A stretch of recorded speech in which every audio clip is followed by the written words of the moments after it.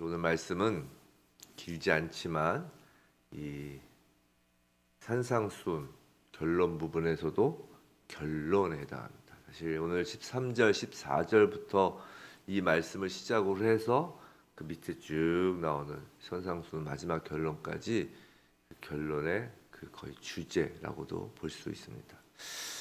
사실 어제도 중요하던 말씀이었다고 하고 주제라고 했는데 산상수훈 말씀 하나하나는 정말 버릴 것이 또 그냥 넘어갈 것이 없는 말씀입니다. 성경 말씀은 우리에게는 지도와 같습니다. 그래서 그리스도인은 이 땅에 속한 사람들이 아닌 하늘에 속한 사람들이죠. 이 땅에서는 그리스도인들은 나그네입니다. 그래서 성경 말씀은 이 나그네 인생 여정을 사는 우리에게 길을 잃지 않도록 하나님이 주신 지도입니다. 인생은 늘 선택의 연속이고 또 삶의 순간마다 이것저것 결정하며 살아야 합니다. 근데 어느 길로 갈지, 무엇을 선택하고 결정할지 잘 모르는 우리에게 지도로서, 이정표로서 성경 말씀을 주셨습니다. 이 산상수훈의 결론 부분 가운데 오늘 말씀에서 예수님은 우리에게 두 개의 갈림길을 보여주십니다. 둘 중 하나, 중간지대 없는 양극단의 상황을 말씀하십니다. 좁은 문과 큰 문, 좁은 길과 넓은 길, 그리고 오늘 본문 아니지만 이제 이어서 나오는 좋은 나무와 못된 나무와 진정한 제자와 거짓 선지자, 지혜로운 건축자와 어리석은 건축자가 서로 비교되며 쭉 나오는 것입니다. 또한 이 갈림길은 이어서 모두 종말론적 묵시로 이어지는 것입니다. 단순히 인생을 잘 사느냐 안 사느냐 그것에 그치는 것이 아니라 살고 죽는 문제로 이어지는 것입니다. 우리가 정신을 바짝 차리고 따라가야 하는 이정표입니다. 천국에 도달할 때까지 말입니다. 인생길에서 우리는 두 개의 문, 두 길을 만납니다. 좁은 문, 좁은 길, 또 큰 문, 넓은 길, 이렇게 두 가지 종류만 있습니다. 예수님은 참 단호하십니다. 중간 사이즈 문이 없어요. 중간 사이즈 길도 없고요. 성도 여러분, 사는 것이 만만치 않습니다. 우리는 호흡이 붙어 있어서 살고 있지만 그것만으로 우리는 만족할 수 없습니다. 우리가 각자 어떠한 처지에 있든 이 땅에서 살면서 우리가 만족하면서 살기가 그런데 참 어렵습니다. 우리는 좀 더 만족스러운 삶을 위해서 이런저런 모습으로 발버둥 치지만 사실 사는 게 쉽지 않습니다. 나이가 많든 적든, 재물이 많든 적든, 건강하든 그렇지 않든 사실 우리 만족감보다는 늘 불안감에 휩싸입니다. 그래서 우리는 가능하면 다른 사람들이 걸어가는 길을 따라가려고 합니다. 많은 사람들이 선택한 것을 선택하려고 합니다. 그래야 불안감이 줄어들기 때문입니다. 불안과 염려는 우리에게 큰 문, 넓은 길을 선택하도록 합니다. 그러나 이미 앞서 산상수훈에서 예수님은 염려하지 말라고 하셨습니다. 염려하지 말고 좁은 문, 좁은 길을 가라고 하시는 것입니다. 두 문에 예수님이 편말을 붙여 놓으시면서 말입니다. 예수님은 큰 문에는 13절 멸망이라고 쓰인 편말을 붙이셨습니다. 좁은 문에는 14절 생명이라고 붙여 놓으셨습니다. 요한복음 10장 7절에는 이런 말씀이 있습니다. 요한복음 10장 7절 제가 읽어드릴게요. 너무 유명하신 말씀이니까. 그러므로 예수께서 이르시되 내가 진실로 진실로 너희에게 말하노니 나는 양의 문이라. 또 요한복음 10장 3절에서는 이렇게 말씀하십니다. 문지기는 그를 위하여 문을 열고 양은 그의 음성을 듣나니 그가 자기 양의 이름을 각각 불러 인도하여 내느니라. 좁은 문은 다름 아닌 양들이 출입하는 양의 문입니다. 목자 대신 예수님이 문지기로 계신 문입니다. 그리고 한 마리씩 자기 양의 이름을 부르십니다. 그 문은 넓지 않습니다. 양 한 마리씩 들어가는 문입니다. 좁고 작은 문입니다.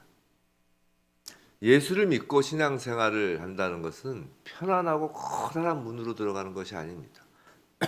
많은 사람들이 들어가는 문이 아닙니다.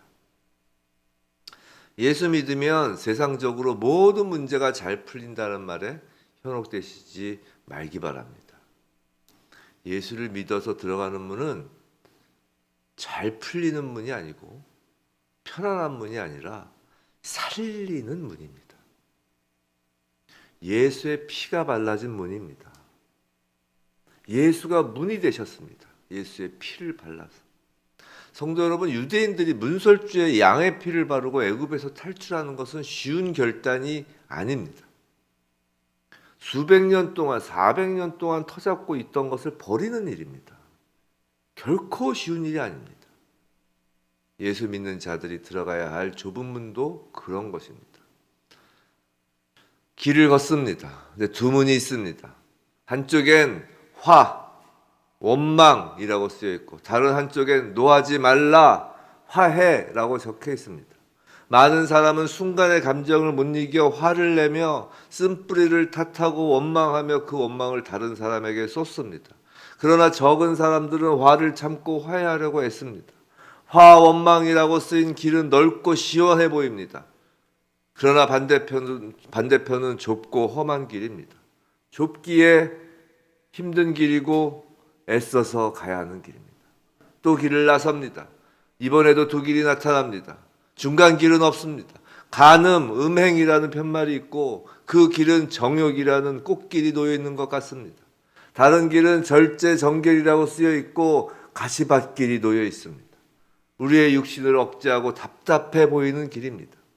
계속 길을 갑니다. 한쪽에 헛맹세와 같은 거짓과 또 한쪽엔 진실이라는 갈림길, 원수응보와 용서라는 갈림길, 외식과 진심이라는 갈림길, 보물을 쌓을 곳으로 땅과 하늘이라는 갈림길, 비판과 반성이라는 갈림길, 교만과 겸손. 우리는 살면서 참으로 많은 갈림길을 만납니다. 그때마다 예수님은 좁은 길로 가라고 하십니다. 예수의 법이 가리키는 길은 언제나 좁은 길입니다. 예수님이 인간의 몸으로 먼저 그 길을 가셨고 우리에게도 그 길을 가라고 하십니다. 산상수훈, 예수님이 이제껏 하신 모든 말씀, 예수의 율법은 우리가 길을 잃고 잘못된 길을 갈까 염려하셔서 주신 이정표인 것입니다. 여기서 좁다라는 단어의 원어적 뜻은 우겨싸다, 환난받다로도 번역되는 단어입니다. 쉽지 않다는 것입니다.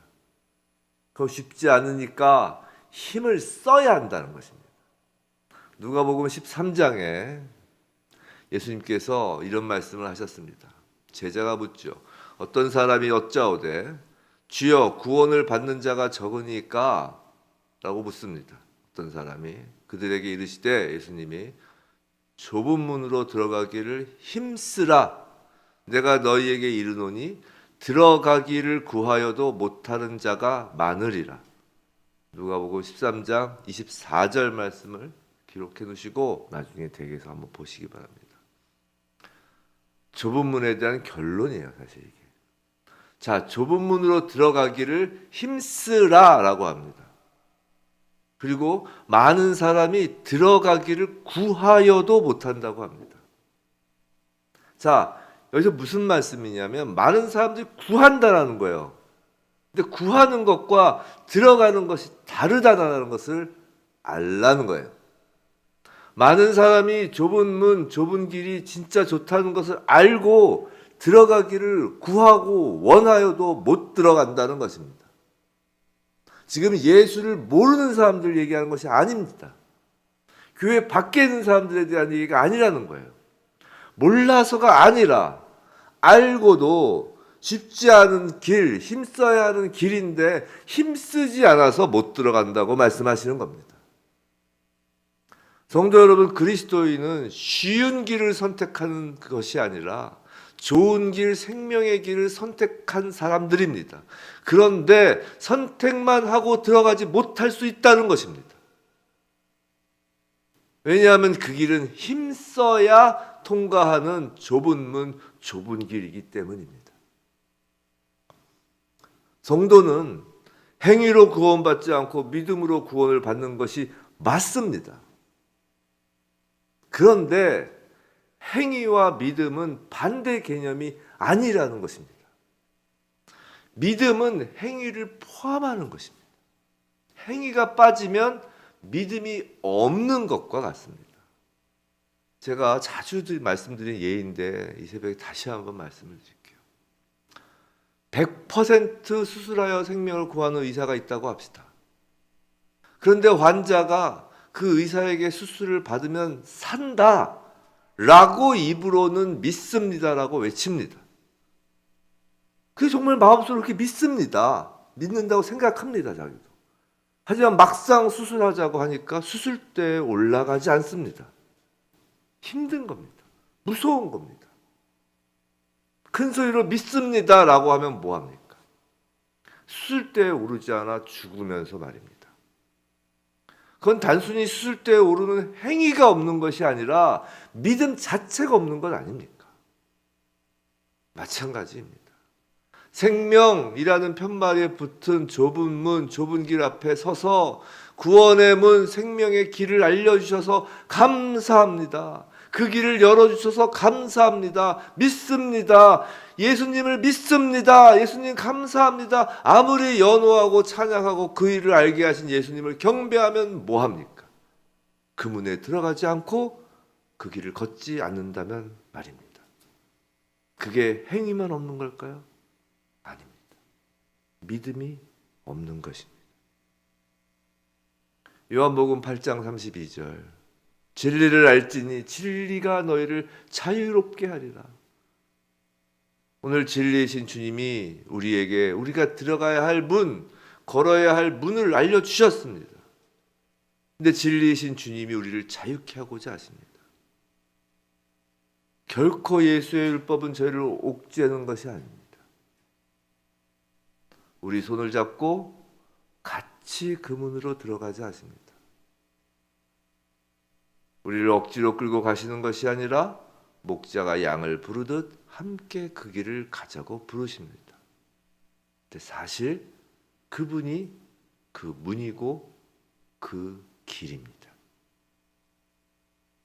좁은 문 앞에서 우리를 부르시는 주님의 음성을 따라 문에 들어서고 주님이 내미신 그 못자국 난 손을 잡고 좁은 길을 걸어가는 그 나그네 인생이 저와 여러분의 오늘 이 땅에서 삶이길 주님의 이름으로 간절히 축원합니다.